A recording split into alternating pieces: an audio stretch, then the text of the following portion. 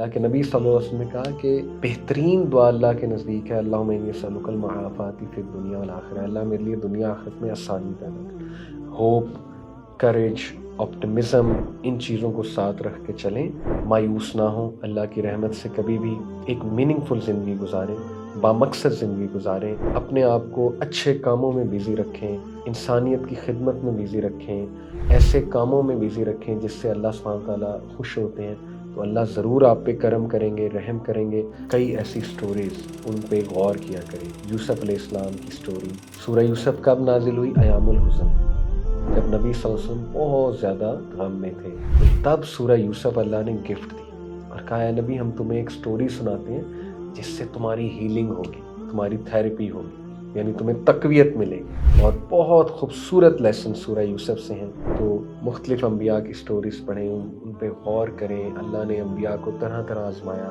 زکریا علیہ السلام کو اولاد ظاہر ہے بڑی ڈیلے ہو کے ملی، یہ ایک آزمائش تھی اور بہت بڑی مشکل آزمائش ہوتی ہے۔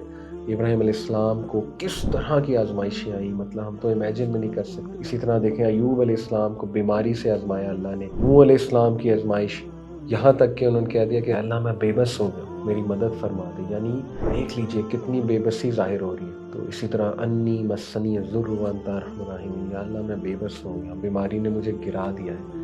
تو دیکھیں اللہ نے تو سکھایا ہمیں کہ مانگو، یہ تو نہیں کہا نا ایک پرابلم آ گئی تو بس بیٹھے رہو اور مدد بھی نہ مانگو اور بس ڈپریس ہو جاؤ، نہیں، بڑھتے رہیں آگے، مانگتے رہیں اللہ سے، انشاءاللہ اللہ تعالیٰ ضرور کرم کرے گا۔